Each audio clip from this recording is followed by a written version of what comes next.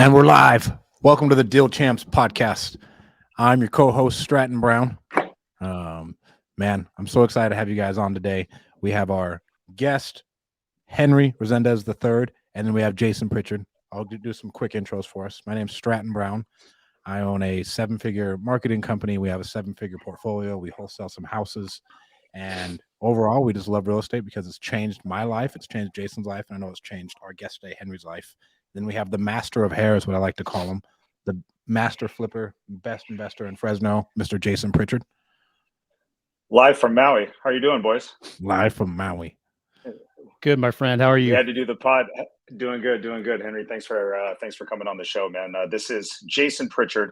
For those of you that don't know me, I left corporate America in 2014, and I've been investing in real estate full time for the last 8 years. We flipped and wholesaled 300 houses.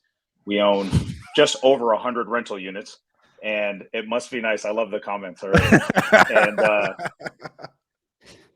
And like Stratton said, real estate has absolutely changed my life, man. And I think the goal for myself and the goal for everybody on this podcast is try to transfer the skills and the things that we've learned to as many people as we possibly can so they can take it and do the same things that we've done.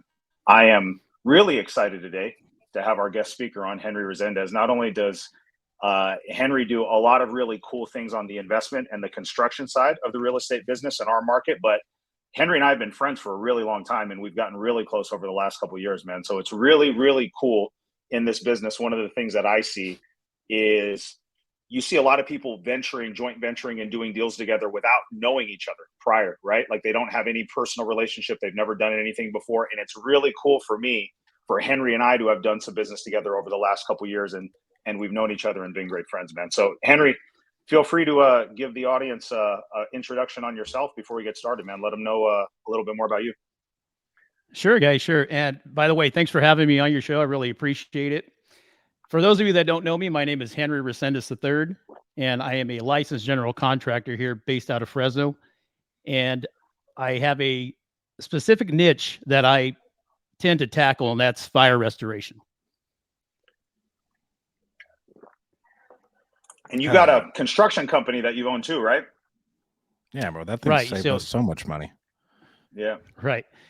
So I'm a licensed general contractor. I do own my own company. It's Third Power Construction is the name of my company. Nice, man. Okay. Well, let's get into it, because I know we get a lot of people that are interested in fire damage properties. A lot of times I get people asking me, how do you run numbers on that? How do you get in front of those leads? How do you analyze those deals? Let's just jump in from the beginning, Henry. Why don't you give us some insight from your background, knowing that you've been doing this for a long time, on how to invest? What are some of the ways to invest in fire damage properties? What are some of the things you need to look out for? And we'll just take it from there. Sure. So I just recently acquired a fire damaged home, and we closed on it February 17th. This particular home did not have a whole lot of structural damage. So that's what I would recommend to somebody who is looking at a fire damaged home. Be mindful of what you're going to take on, because the more structural damage, the more cost and more headache and red tape you're going to have to go through to restore that home. So if you can find something that doesn't have a whole lot of structural damage, perhaps it's just an interior gut out where you're stripping everything down to the stud wall, but the frame is good and intact. Those are the fire damage properties that I personally like to hunt. If you find one that has a lot of structural damage, you're going to be in it for the long haul. And so let's talk about the hunt, because I know a lot of times people will drive by, see it, they'll look the owners up. I know for one of the things that my team does is we go to the city of Fresno and we request a list of all the properties that have actual fire damage, and we just skip trace the owners and then reach out to them. We send a mail and we call them. What are some of the other ways that you try to track down the properties, not just to invest in them, but also for the insurance side of the business that you do? For my project, sure. So I contact Fresno Fire Department, and I actually reach out to them, and I will request a list. And you can do this on a daily basis. You contact the custodian fire records lady. She's very sweet, and she will actually email you a list of any property that has sustained fire damage here in the city limits. So that is a very good resource to have. A lot of my work, a lot of my fire repair projects that I'm tackling for other clients, some of those are referred, But I do go out and I do solicit my business and chase them down as well. Bro, talk about chasing them down. Chasing them down is like door knocking, because it's the same thing. I'm going out there and it's the same thing. If I'm going out and I'm hunting down a distressed property and I'm sure they got a stack of mailers or business cards, same thing when I'm chasing a fire. I'll look in their hands and they have 10 business cards. And by the way, I'm Henry, and here's another one to add to the collection. So that's where the sales pitch comes into play, right? Oh yeah. Yeah, I think that's something that you and I talk about this a lot, because I feel like people don't realize, especially just on the construction side or on the contractor side of your business, there's very much a sales element to that, because people aren't just raising their hand saying, "Hey, Henry, yes, my house burned down. Can you please come over and fix it?" You have to go you have to generate leads. You have to go prospect. It's just like very, very similar to the way that we do it on the investment side, right? Very, very similar. And you're going to get told a lot. You're going to get told no a lot. I might go chase 10 fires and I might reel one in, so it's the same thing. If I go door knock 100 doors, I might get one person who's interested in speaking to me. So those people who turn you down, do they have someone already who they're using or what? Most of the time, insurance adjusters kind of favor, I should say, which contractors they prefer to do business with. So I don't know every single insurance adjuster in town. So the relationships I have built with certain adjusters, they kind of give me a foot in the door. And perhaps some of my competitors, they have that same relationship with different adjusters that I don't know. So once that foot is in the door, it is extremely challenging for me to swing them my way. That's interesting, because we wanted to cover this, bro, using Henry to work with the adjusters. And I don't know how much we can disclose, but if we didn't have you, we would have gotten screwed on one of our properties that we had, that one down in Bakersfield. We ended up making 70. And that one was an interesting property. Your adjuster was pretty cool right out of the gate. I think he and I started butt heads a little bit, and we both kind of backed off and said, "Hey, look, we're here to do a job." And, it's tough because he's representing the insurance carrier. I was in your particular case, I was representing you as the owner of the property. So we find that middle ground, and, at the end of the day, the numbers have to make sense, and in your case there, it worked out very nice. I've done the same thing, very similar for Jason. Yeah, I expand on that because I think this is important. And I felt like we've done business a couple different ways. I've had a few properties burned down. And the very first one, I reached out to you. And for me, it made sense for you to handle the construction process, work with the insurance company, and actually rebuild the property, right? And then on another one, it made more sense to just have you, I would almost say, negotiate on my behalf, work with the adjuster, come out and estimate, and then work with some of the things. Absolutely. Do your own estimate and kind of be an advocate for me. And I think that's really important because we take that for granted on the investing side. I've done hundreds and hundreds of deals flipping houses. We own all these properties, but when you have these big insurance claims, I think it's a whole different animal. And I didn't even realize how important it was to have somebody on your side being an advocate for you, because just like anything else, I feel like the insurance company is going to really try to maybe hit you with a low number, right? And you need somebody there to make sure they're not missing anything. So kind of unpack that a little bit and explain why it's important to do that. So like in your first fire claim in Hanford, I remember you reaching out to me and saying, "Hey man, I've got the estimate. I don't know what I'm looking at. I'm not used to reading through these. Are they treating me fairly?" And I asked you to email it over to me. And upon reviewing it, I started to notice a lot of things that were just kind of jumping out at me that should have been assessed that were not assessed. And I remember calling you immediately saying, "Hey man, there's a lot of things here that are missing.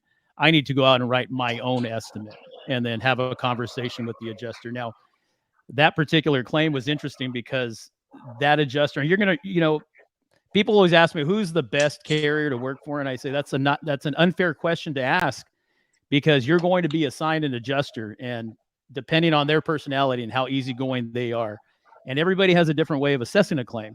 So in Jason's particular claim, he had kind of his chest puffed out, and I've been doing this for 25 years. And it's tough because immediately I want to kind of exchange that same energy and push back. But I've learned over the years to kind of let them say what they have to say and say, hey, listen, it's nothing personal. It's just we all make mistakes and we all overlook things, and this is what you overlooked. So I think once I approach it that way, I'm able to get them to see that, hey, look, it was there before. It wasn't picked up in your initial assessment. I have found it and I am including it, and this is what needs to happen. And it wasn't an insignificant amount of money either. The numbers, I can't remember the numbers right off the top of my head, but I think it was something like the initial claim came back in, I don't know, Henry, maybe you remember, like 60 or 70, and you were able to identify like 30 or $40,000 worth of I think it was closer things to that they missed. additional, right. Yeah. So once again, and I've kind of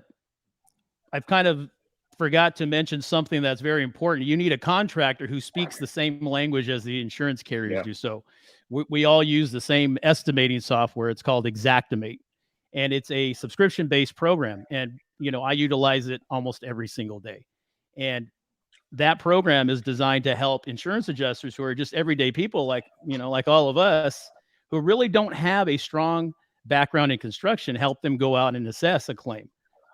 So I'm very good at utilizing that software as well. Not only am I good at utilizing that software, it really helps that I'm a general contractor and I've been doing this almost my entire life. Yeah, that's a big deal because not every contractor knows how to speak the language of insurance, right? And I felt like that was something that I was able to really rely on you, even though I had a ton of experience. I was really able to rely on you, man. So I think that was good. That ended up saving me a ton of money. Yeah, for sure. Well, and we had going no back experience. And you said, bro, and you helped us out. Cause and this was down in Bakersfield. I was like, man, this bitch just burnt down. I don't know what to do. I saw he helped out Jason. Let me give Henry a call. Cause I met you from a bandit sign. I remember. I called a bandit sign. I remember that. You got any deals? And I was like, Jason, who is this fucker? Like, he's kind of rude. Yeah. And I remember immediately calling Jason and saying, do you know some dude named Stratton Brown? And he's like, yeah, that's one of my buddies. I'm like, oh, okay, cool. But yeah, same thing. But in Stratton's case, he brought me on to, he actually hired me for my services for the estimating portion of the claim. And he was very upfront and very direct. Hey, look, Henry, we're not going to hire you to rebuild this house. We're looking to settle the claim and cash out. There's nothing wrong with that. My services are available if any investors watching and they do have a claim and they want me to get involved. I'm for hire for that as well. Nice, bro. Man. It was the best choice I've ever made. Yeah, I think it was great because we had another situation similar to Stratton's where we didn't do the rebuild. We just brought you in to help, get the payout, and then we took the payout and then we just sold the house as is, man. So I think one of the things that's really cool about you. Go ahead. I'm sorry. That was a different scenario. So in your first fire claim, the one I actually took on and completed the repairs for you, that adjuster had came out before my involvement. And on the second time around, because I remember you had partnered with another investor, so you didn't own it, all outright by yourself. Yeah. And you were very honest and upfront and said, hey, look, man, I only need your involvement into estimating. So it was nice to get me out there and engage me before the adjuster came out, because I like to create my own estimate. I get to set the tone. Hey, look, guys. And also I do a lot of the legwork. When I hand an adjuster an estimate and I say, by the way, I have done all of the work for you, you simply have to review it and agree to it. Who would say no to that? Right. Yeah, that's right. So that goes a long ways. Absolutely. So these are little tricks that I've learned over the years, So I think one of the things that's like really cool and that I respect a lot about you, Henry, is that you've made this transition recently over the last few years into the investing side of the business, right? And I meet so many contractors that want to get into investing, right? And it seems like it's a very natural transition, right? You're already in the business. You already know how to estimate rehabs. You're already doing a very big portion of what a typical project looks like, right? So why don't you just do the whole thing? And I see a lot of contractors struggle with it. You've been one of the exceptions, man, and it's been something that's been really cool to watch. So why do you think you have been able to successfully transition over and start actually finding your own investment projects and getting that momentum on that side of the business going for you. So you, my friend, have played a big role in that. I know you and I have had one-on-one conversations about that. We see what you're doing, and you're just going through the roof, and that inspires the rest of us, not only on a personal level, but you've become more of a mentor to me. So you've really got me going, and there is a direct correlation between construction and real estate investing, because all three of us on here are looking for distressed properties that are going to need some work in one way or another, right? Some of them need major rehab. So I'm like, hey, why don't I get involved? Why don't I go on and learn how to seek? And Jason and I, going back to him, turned me on to Property Radar and how to create a mailing list. I remember reaching out to him one day, all excited, saying, hey man, I just made this mailing list on the blind. And you're like, dude, what are you doing? You're sending it to apartments. You're sending it all over the place. You're not targeting the right people. So he actually invited me to his office. This is back when you were with, I can't remember. I think you were probably at Iron Key at the time. This goes way back. This was like 3 or 4 years ago, man. Yeah. You had an office there, and you said, hey, this is how I target, and this is what I look for, and kind of, I'm still using that list today, the one that we made there in your office, and I just simply add to it. But that has helped me a lot to go out and hunt for deals. And then on the fire side, it's funny because I don't get a whole lot of deals. Sometimes they'll slip through the cracks. People will take a long time to make a decision. They'll sit on it, and I'll chase it. I'll chase them until you tell me to kick rocks. And after I'm not getting any traction, it kind of drifts away. And some people will sit on properties. You'll see them sit for a year, maybe 2 years, and then they'll sell it to another investor. So, I hear a lot of guys say, hey, the deals are in the follow-ups. I have to get better about that on following up, because I do get first bite at some of these projects, especially in the fire side. Yeah. And you can also offer different options too, I feel like, as a contractor, right? Because you can go in there, you can help them on the insurance side. That's something that I can or Stratton can't do, right? So you can speak that language. You also have the option to pull another tool out of your tool belt, man. What are you, so the one has there been any, go ahead. Sorry, the one I just purchased, I'm glad that you brought that up, because on that particular project, it was actually referred to me from a realtor, and the power of social media. I know Jason's been a strong believer in that. There is power in social media if you use it correctly. And a realtor whom I've never met in person, she started following me. She knows I'm the fire restoration guy, and that's what I want to be known on Instagram. Hey, if you have a claim, you call me immediately. She referred me to her family member, and they said, hey, you were referred to us. We've been talking to other contractors. They're not very well equipped to handle fire restoration. And they keep, showing up and saying they're going to prepare an estimate, and they never follow through.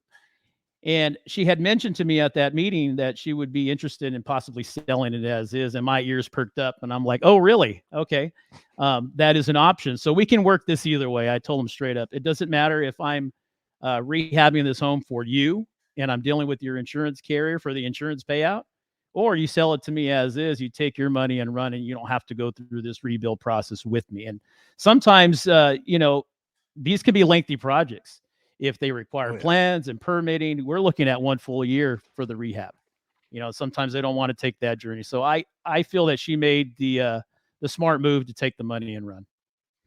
How long can these projects be? Like, can these things be like 18 months if you have to deal with the city bullshit and there's other stuff, you're waiting on PG&E like you were on that one? Like, how long can those things go out? Because whenever I'm evaluating a fire damage property, I'm like, man, I got to get this at land value, because I have longer holding costs. There may be a ton of different stuff going on. Like, it could be huge, and then it could be way different than a normal rehab.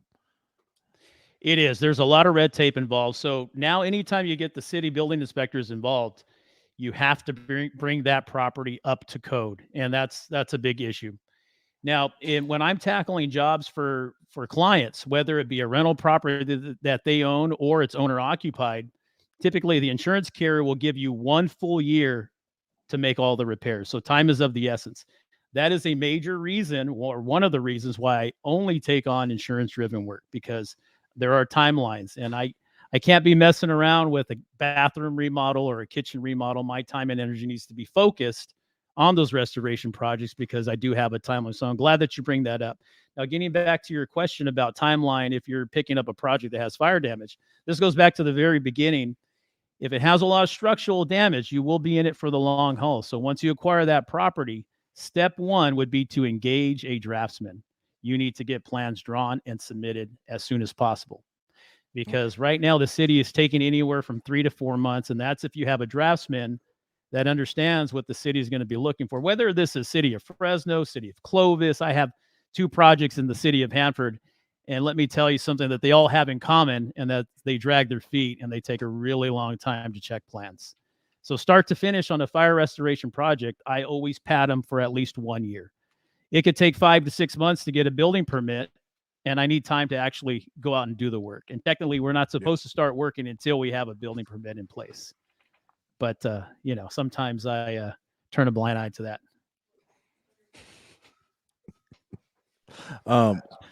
Talk about handling like the insurance claims as an investor, and why. I mean, I think you should everyone should hire someone like you. I really don't think you should do it yourself. I think we would have lost money and we would have gotten fleeced by the insurance company if we didn't go through you. Yeah, it's hard in your position because you're not used to seeing the estimates. Just like with Jason, he's like, dude, I don't know what I'm looking at. Can you please review this? And I'm like, absolutely, Jason, send it over. Let me take a look. And it is important. And I would highly recommend. Now, there are other entities. I'm going to be very transparent. So there are adjusters known as public adjusters, and they charge 10%. So it's a pretty hefty fee. Where like a guy like me, a general contractor, I'll come out and say, charge you perhaps 5% of whatever we settle with your insurance carrier. So you're talking a 50% discount there. And I am probably just as good as an adjuster as a public adjuster because I know construction. Now, if this is an owner occupied claim and there's contents involved, that public adjuster, when you bring them on, not only are they taking 10% of your structural repairs, they're taking 10% of your contents, personal property as well. So that can add up on you pretty quickly. And that's 10% of the total claim, right, Henry? So if you're talking about a $200,000, $200,000 claim, I mean, we're not talking a little bit of money. So, right, yeah, that might be my dream job when I hit retirement here, guys. Right, that's a lot of cash, bro. If you're doing a couple of those a week, that's quite a bit of money. Yes, it is. It is very lucrative, or it can be, I should say. So you want to talk about your? Go ahead, Strat. I wanted to cover real quick the pros and cons of new construction versus flipping, and then we can transition into that deal. Yeah, that's a good idea. So pros and cons from flipping to new construction. So there are a few, and I've learned this along the way. So when you're flipping a home or we're acquiring a property in distress, all of the utilities are there, right? You're hooked up to the sewer, the city sewer, whether it be a septic tank, your utilities are there. Your panels usually located, it's got the riser and weather head, everything's still hooked up. You've got the gas line in place and the gas meters on site. So your utilities are in place. New construction, sometimes your utilities are not there. Now, on my particular build, I was very fortunate that the sewer line was branched into the property, and I have a contact at Public Works that gave me a nice drawing to say, hey, dig here. He didn't tell me how deep it was. He goes, I can't tell you how deep it is, but if you dig right here where I'm telling you, you're going to hit it and you're going to find it. So sewer line was on the property, and my water main was there. The only thing that was missing was the gas line. And that was a very costly item. And we can get into that when we start talking about the new build. So those are some of the pros and cons. You're going to have some utility costs. Another thing with new construction, and a lot of people don't realize this, there's developer fees, also known as school fees. Those have to be paid to your school district on where you're building. So my particular home was located in Fresno Unified School District's jurisdiction. School fees are $4.08 a square foot. So that can get very costly right there on one item as well. So on a deal like yours, where there was an existing structure on the house, right? And you ended up either demolishing the house or just, basically leveraging the land that was there and tying into the existing stuff. Are those fees and stuff already accounted for, you don't need to pay them again, like if you were building a new home. Is that correct? As long as the structure was there within 3 years prior to you applying for new permits. So in my particular case, that structure was there, and it was like 2.5 years. So they gave me credit for that house. The house that was there was 1,128 square feet. The home that I built was 2,460 square feet. So that saved me almost 50% that I would have had to pay to the school district. And I have my numbers here. I paid out $5,215 to Fresno Unified School District, and the County of Fresno Building Department will not issue your permits unless they see that you've paid those school fees. So if you had just bought the lot and there wasn't an existing house there, accounting for the school fees plus the utilities, how much more do you think it would have cost you, just ballpark, if you had to get sewer, water line, all the school fees? What do you think that would have been? So water, I reached out because I'm looking for lots right now as we speak, right? So I reached out on a potential lot, and I noticed it didn't have a water meter. And the city of Fresno quoted me $8,300 to bring in a water line and set a meter there. So $8,300, okay? Sewer's tricky. Now, the city of Fresno, you would think, since it's their sewer line, that they would do the work. They actually make you hire a licensed plumbing contractor to come out and do that, and the city charges you a sewer hookup. I heard that they can get very costly, and I was getting numbers between $10,000 and $12,000. Okay, to bring in a gas line on Winery, I spent $11,433 to run 29 lineal feet of gas line from the street into the property. And they so shut all those down things that whole really street, start. Right? They, Like shut down the whole street for like 3 days or something. They had traffic. They had people out there directing traffic. It was a show for sure. And they completed the work in about 4.5 hours. Is that another 30-40 grand that you'd have to anticipate just easily, as far as like connections? Absolutely, yeah. And we didn't even talk about electricity. It's like not even worth it. Yeah, like I mean, if you're going to do that, right, and you're going to account for all of that, I mean, you're going to build ground up. You almost want to just do a regular flip. It's hard to make the numbers pencil if you're having to bring all the other additional stuff in. Absolutely. Or it has to be a big deal. Like it has to be something where you have enough margin to eat that.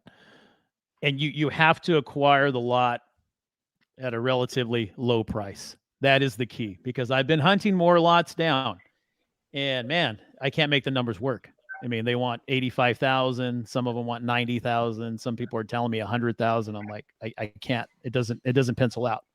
I cannot do business. Do you think that's and that's why those lots? Do you think it's a function of our market, Henry? Because I know, like in some places, like let's say the Bay Area, right, where the resale value on the cost per square foot of the house is so much higher than maybe what it cost you to build here, right? Like I think our average price per square foot in Fresno County is I'm gonna guess and say around $275 a square foot. I mean, it's costing you over $200 for new construction. You're right there. Sometimes, right? Yeah. New construction's generally running between $250 and $260 a square foot. So you were right there. You're pretty close. That's new construction, because I went out and checked the competition. So I'm looking at some of the tract home builders and what are they doing and what are they offering. I have to be competitive, because I wasn't. This wasn't a flip. I wasn't competing with other investors. I was competing with the tract homes. That's right. Exactly. Brad Hardy, a mentor of mine and Jason's. Never hire a public adjuster. Waste of money unless you have lots of contents in your home. The insurance pays. Brad, I agree with that 110%, my friend. Yes, I agree with that 110%. Because hey, listen, keep in mind, in the real world in business, I'm always giving to get, right? So I have a lot of competition in the fire restoration game. So rather than take away from you, I want to give to you, and that could be in the form of upgrades, or maybe you don't have all the code coverage that you need in your insurance policy. And, I work deals like that all the time. So I'm always giving to get. It's my way of saying thank you for awarding me the project, because I know there's 20 other contractors out there that are in the restoration game that you could have went with. So rather than take, I always try to give. Sweet. Now, bro, we don't have Dean to make these like nice little slides for us. I forgot about that. Ian always makes these nice little slides for our. We're just gonna wing it. It's all good. Yeah. It's all good. We'll just So- wing it. Tell us where you found. Well, you already told us where you found the deal. Tell us the numbers behind the deal, and then like really any hiccups that you ran into with the Sure. one that this new construction you just sold. So on the Winery Avenue new build, I was actually the second investor involved in this property. Now, this home sustained major fire damage. I think it burnt 3 times. And I remember Maurice Gonzalez with Iron Key Real Estate. It hit the MLS and he sent it to me. He says, "Hey, Henry, go. I know you've been looking for fire damage homes. Go check this one out." And I remember walking it saying, "Oh my God, there's nothing salvageable here." It had a raised foundation. Even that was charred. There was nothing salvageable here. And at the time, it was listed for $41,000. And even then, I was like, "Oh, I don't want to do this. I don't want to get involved." So an investor bought it. He started knocking down the house, and I actually drive down the 180. You can see this home from the 180. It's the last street on Winery that butts up against the 180. So about 6 months down the road goes by, and I keep seeing this damn house, and I keep seeing that they stopped right at the foundation. So I said, you know what? I'm going to go and park in front of this and see who bought it. Pulled up my property radar app, pulled title on it, found his phone number, contacted him immediately. Say, "Hey, man, what's going on?" He said, "Oh, I got red tagged by the county of Fresno." I said, "You got red tagged?" I said, "Why?" He said, "Well, I didn't pull a demolition permit." I said, "Dude, that's $200. Why didn't you pull a demolition permit?" He says, "Well, I'm used to buying houses that are already built. We just, we're used to doing flips. This is a little bit over. I think I've bitten a little bit too much, on this one." And I said, "Okay, well, I would like to buy it from you." So him and I hashed out a number. I actually bought the property. He paid $41,000. And I bought it from him for $38,000. So he didn't take too big of a hit. I think he was happy just to kind of get out of the deal. And it became my problem. So that I still had some demolition work to do. So I had to take out the foundation. We took out the septic tank, and there were 4 trees on the property. That cost me an additional $4,000 to take that out. I wanted a clean slate. So if you add those 2 numbers together, that's the way that I view it. I was able to purchase that lot for $42,000 with the demolition work. So when I purchased this property, I'm just kind of looking at the land. I'm not really paying attention to the power lines that are running down the property. And then there was a PG&E easement. So that lot was 75 feet wide. But because of those power lines that encroached into my property, I was forced to design a building that was only 40 feet wide. I had like 35 feet on the side yard that we could not build on. You can plant grass, you can pour concrete, you cannot build a structure there. So that was a real bummer. And, these are all learning experience. This was the first new construction from the ground up home that I've taken on.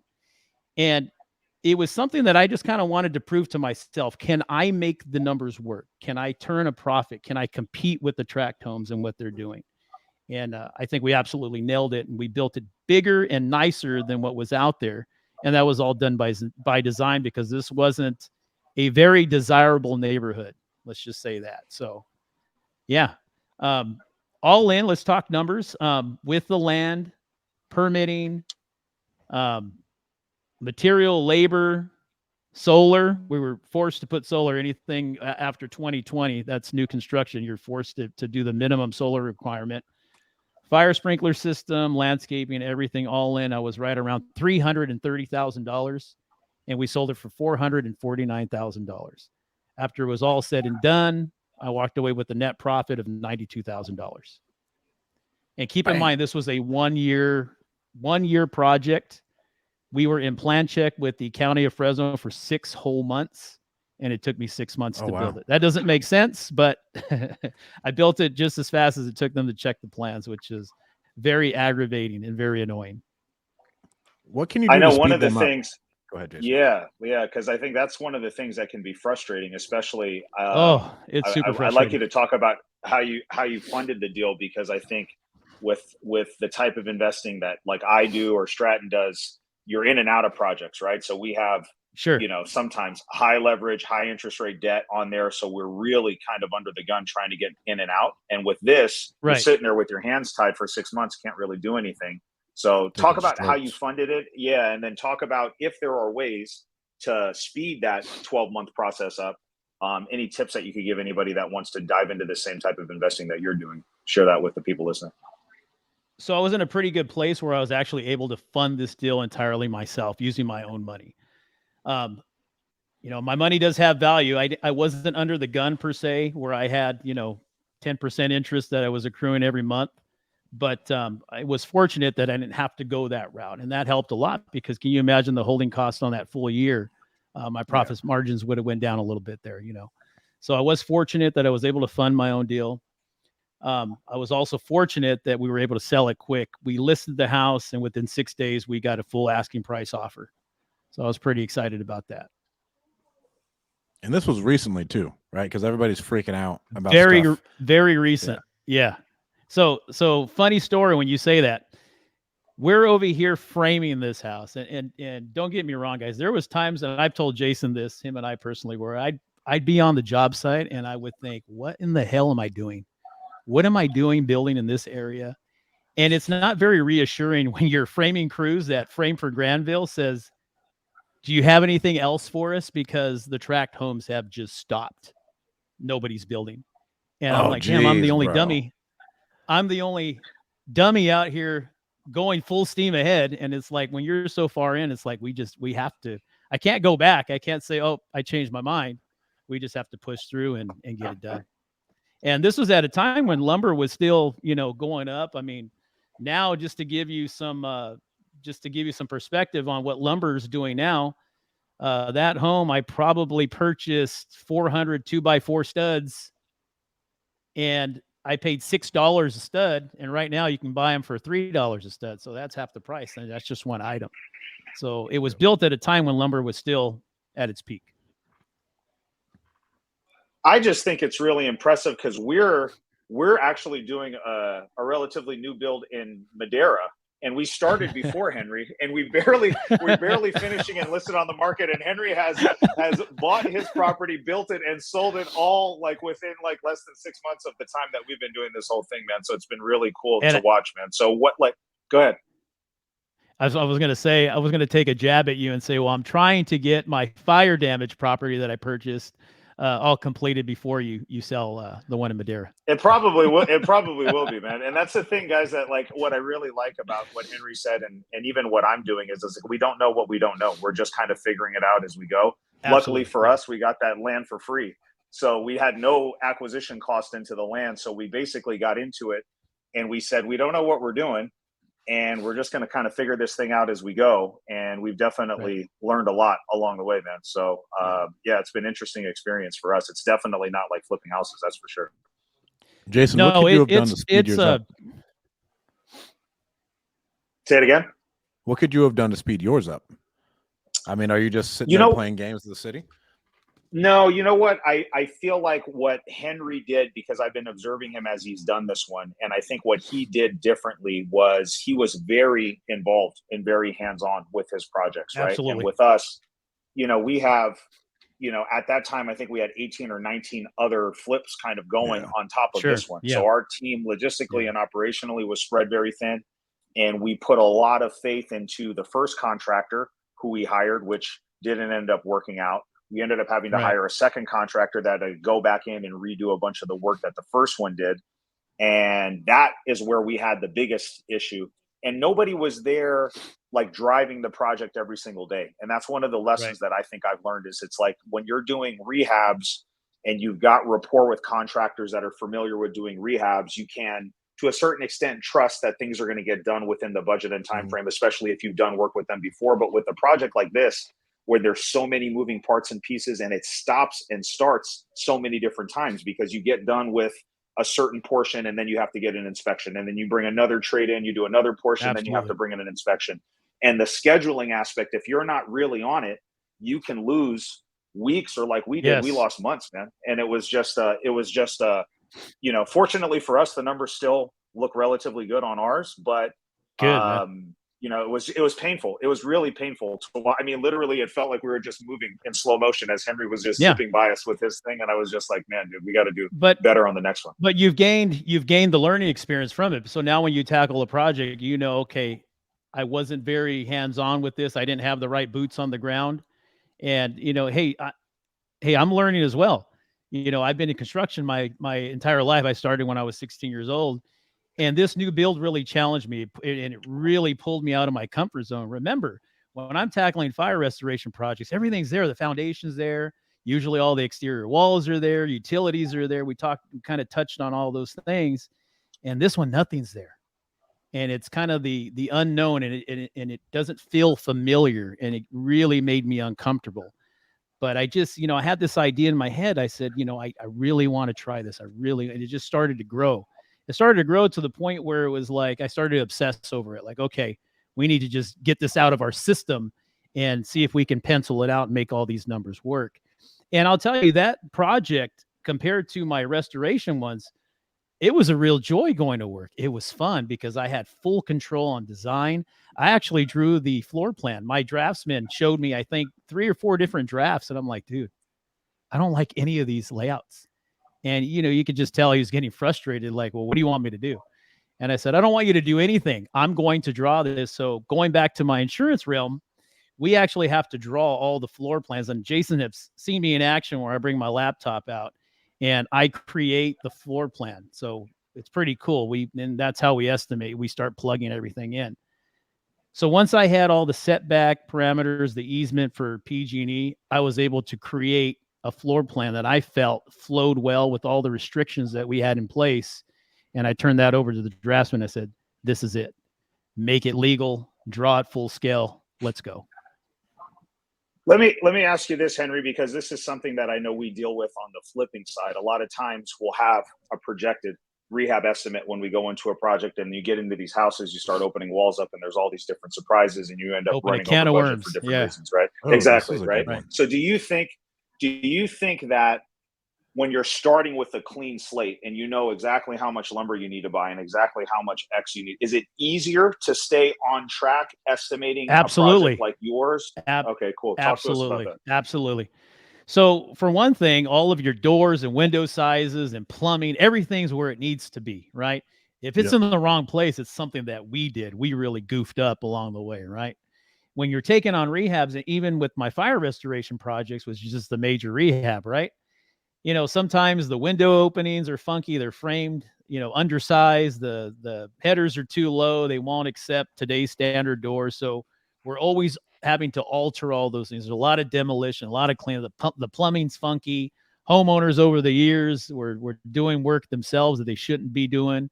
And we're always fixing or undoing a lot of the things that house had done over the years. So absolutely, it's a lot easier and cleaner when you're going new construction, but the trade-off is a lot more expensive. You're going to have a lot more costs, a lot more holding time. It's a lengthier project. So do you think moving forward, right? Because obviously, if you just look at the numbers, 12 months, even, 12 months, is a long time in the flipping world, but I still feel like you got through that project relatively quickly. $90,000+ profit when it's all said and done, right? This definitely sounds like for you a viable kind of investment strategy moving forward, right? Is this something that you're going to continue to start tackling and start finding like infill projects and one-offs that you can do like this? Yeah. Absolutely. I think I'll be a little bit more selective on where I choose this property. I like to be transparent. We had a full asking price offer of $460,000, and everything is going super smooth. And then the appraisal comes in, and the house appraised for $439,000. Talk about a real bummer. I was really upset. My realtor was upset. And I said, hey, look at the house they're comparing us to. It's a spec home. It doesn't have all the bells and whistles that Winery Avenue has. And once again, this is all done by design because I knew that there was other houses in that market, that 430, 440 range. Why are you going to pay me $460? You're going to pay me $460 because of all the upgrades and extra work and more square footage that we put into this place. So we made a list of all the upgrades. Realtor sent that in back to the appraisal's office. And after the review and consideration of all the items, they came up to $449,000, $11,000 short of where we needed to be. We needed to hit 460. And I had to make a business decision. I said, hey, either we go back to market, which it could potentially be worse. I run the risk of the house just sitting, somebody potentially breaking in, causing more trouble. I said, you know what? I'd rather take the hit and give the buyer that put the offer right away, give them the discount. And that's ultimately what we did. So even then, even with the $11,000 hit, we were still able to come out on top. That was a smart business decision. I feel like too much volatility in the market right now. I think that was fair. I'll tell you what, when I think that was really good. When I first thought about it, I was kind of, saying a lot of curse words in my head. And then once all the smoke settles and it's like, hey, no, we need to be smart about this. And at the end of the day, it's just business.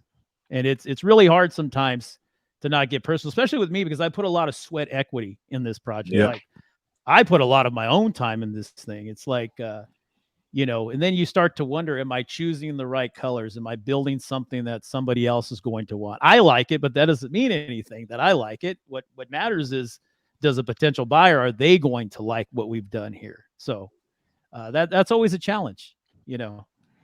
I build these houses pretty nice, but when it comes to design and colors, sometimes I have trouble navigating those areas. Well, looking back now, I mean, now that it's done and everything's fresh in your mind, is there anything that you think you would have done differently if you could go back to try to, just change now that you've been through one, or would you just do it the same way? Looking back, Jason, I think I would have done it the same way. Now, I value certain people's opinions, and there's a broker friend of mine that I know very well, and he says, I love the house. The only thing, and I asked his opinion, and he says, the only thing I feel that you did was that you overbuilt for the area. We built this thing 2,460 feet. I maxed that lot out. Like you couldn't add any more square footage to it. That's it. Based on the front setback and the rear setback, we couldn't build it any bigger, unless you went 2-story, obviously. But single story, that was it. And he says, I think you overbuilt by probably 600 square feet. I think you still would have collected the same amount of dollars. And I have a hard time swallowing that, because I see all the other houses that were out there. The lady that ended up purchasing my property had a deposit on a Lennar home. So that made me feel really good when she reached out to me. I gave her a welcome letter. That's she dope. Reached out and says, I canceled the very next day. She saw it on a Sunday night and was telling her agent, hey, call them and let them know that we want this house. And they're like, no, just, calm down. Wait till Monday. We'll put the offer in, And it was neat to hear all the excitement in her voice. And she just kept praising. She loved what we did. And she said, when she walked in, she realized this was the home. And she called Lennar, said, well, did you lose any money on that deal? And she says, yeah, I lost a $500 deposit. I said, well, that's not too bad. At least you're going to get something that you want. Exactly. I think this is Butler said it should have been a 6-figure deal. And I mean, pretty much, dude. And it would have Butler, but we got messed over by the appraiser. What can I say? Oh, bro. I mean, it happens. I think it's dope because no one else in the marketplace, like nobody really does land here because there's nothing to sell to anybody. Right? Like I could go lock up a lot for $1 and we could flip it ourselves, but I would take forever to try and find someone to buy that lot from me. Like, and that's just like the nature of the beast. Because the only time we really ever have land south of Shaw, it has to be someone who's willing to go in there and develop and like know the actual numbers. Right. And like go and max it out. Because if we lock up a lot in 93702, bro, we got to get it dirt cheap. And then someone has to go in there and actually not blow out and overbuild, like you said, in that area. Because we can get lots. Absolutely. But then it's getting it at the right price and then having someone actually sell it to. Right. And that was a big struggle with me because I kept debating like, okay, what am I going to, am I going to build spec grade? And I was on the fence about that. And I'm like, no, I can't build spec grade here. I need people. I need to give you a reason to want to live here. Once again, the area wasn't the greatest area. So how do we become more attractive? Well, we need to add the bells and whistles. We need to build it bigger. I mean, my goodness, 2,460 square feet. My bedrooms were huge in this room. The great room, the living room was huge. It's a big gathering area. It's open concept. It's something where I would like to reside, and all that was done by design because I understood that I need to pull buyers away from the tract developments. Keep in mind, when you're purchasing a tract home, you're surrounded by like size and like quality homes, and you guys are going to appreciate all together. I have a one-off home in an old neighborhood that just stands out like a sore thumb. So with all those things in play, I understood that I needed to build it better than what else was out there in that price range. And I can do that because there's a lot of sweat equity that I put into these projects myself. Exactly. So do you think that's an advantage for you? Because I know you're over there actually doing work, right? So I mean, oh yeah, I think that's another thing we haven't really touched on. Yeah. I'm very hands-on. Sometimes it's a curse. I know you and I talk about that all the time, Jason. You're like, dude, why are you still pounding nails? Why are you still out there doing this? I said, I have this love-hate relationship with what I do. I love it. In the summer when it's 110 degrees, it's really hard for me to say that I love it. We were framing that house on Winery in August, and my goodness, there are some days where it's like, what am I doing out here? But I'm very hands-on, and all my subcontractors that work for me, they already know how I operate. I'm a hard person to deal with because I say, hey, listen, guys, we need to do our best work. I need you on your A game here. My name is going on this. Okay. So we need to do our best work, our highest quality, because we need to attract the right buyer. Okay. So I'm on them, man. And I think this goes back to what you were saying earlier, Jason. I am the boots on the ground. I am there. If I see something that I don't like that the plumber might have done, or the electrician, hey, you didn't put these plugs here, or I don't like the way you laid out can lights. I'm very picky. Like I set all my can lights myself. I'm like, I'll lay them out, you wire them. So it's a blessing and a curse, because what it does is it pulls me away. And Jason and I, we talk about this all the time. We're like, you need to be out chasing deals and try to separate yourself from the actual job site. And that's a challenge. I really do struggle with that. That's the next level for you, for sure, man. It's figuring out, maybe instead of making 100 on a deal like this, maybe you take 75, 80, but you do 3 of them in a year instead of 1. Yeah. Right. So how do you level up and become that version of Henry? Right. Because Henry can run a myself. Project. Yeah, you're going to have to learn how to transfer your skills to somebody else and trust them. The trust is hard, bro. I'm waiting for science to clone me. Yeah, that's right, dude. Yeah. And someone's going to fuck it up too, right? I mean, but it's all a part of growth. Yeah. Right. Yeah. And that's, you said it, Stratton. That's kind of my fear, is letting somebody else go out and do it, because, and I've talked with Jason about this, a lot of my projects, I'm working for clients. Now the Winery Avenue, I'm the owner, so it's different, but for clients where every customer, their house was perfect pre-fire. So I have to give them that quality. And it's hard for me to say, hey guys, go and give this quality without me being here. And that's tough. Exactly, bro. Well, where can people find out more about you, my man? They can find more information about me on my website. It is www.thirdpowerconstruction.com. I also have a Instagram under my personal name, Henry Resendez III. I also have a business Instagram under Third Power Construction. So either one of those places, they can find more information about me and watch my crazy stories with loud music. And so you guys, for those of you guys who are watching, please don't forget to go like and subscribe. Go follow me on Instagram at StratDaddy. Go follow Henry with his handles he just said. Go follow Jason at Jason Pritchard. If you're on YouTube, hit that like and subscribe button. It should be like down right there. If you're on the podcast app, please go give us a 5-star review. And then please submit your deals to deanrogersrealestate.com/podcast. Podcast. That's right. Love to get you guys onto the podcast. We love to showcase what other investors in our market are doing. We believe in collaboration over competition. I think we can all get further faster when we work together. There's my boy, Saman, another one of our buddies, man. Excellent work, Henry. I agree. He's very proud of you, my friend. Yeah, that's right. Great job. Yeah, once again, guys, thanks for having me on. Jason, you've been very inspirational in my journey, my transition from contractor to real estate investor. So yeah, thank you, my friend.